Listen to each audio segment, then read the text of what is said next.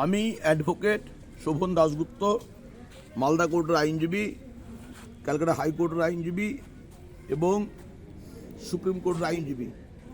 আমার কাছে ঈশানুর খাতুন বলে একজন আসে, তার স্বামী হচ্ছে কাসিম আলী, তাদের বাড়ি হচ্ছে শোভানগর, চণ্ডীপুর।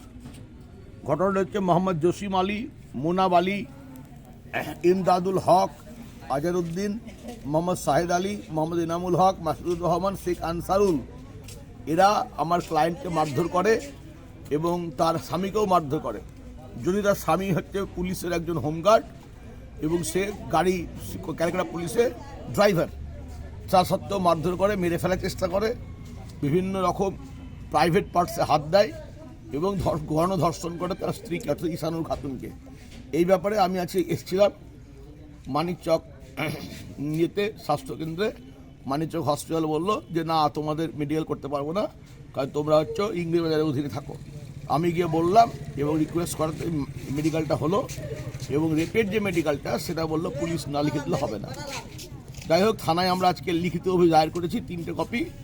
থানা বলল যে আমরা আগে এনকোয়ারি করে দেখব, তাহলে আমরা আপনাকে কপি রিসিভ দেবো। থানা কিন্তু কোনো কপি রিসিভ আমাদের দিল না এবং কোনো কেসও স্টার্ট করলো না।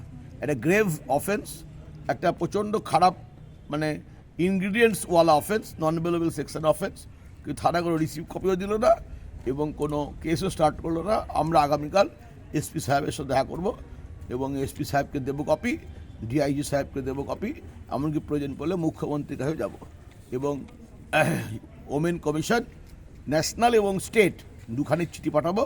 হিউম্যান রাইটস ন্যাশনাল এবং স্টেট দুজনের চিঠি পাঠাবো এবং যদি এটা না মানে তাহলে ক্যালকাটা হাইকোর্টে রিট ফাইল করবো।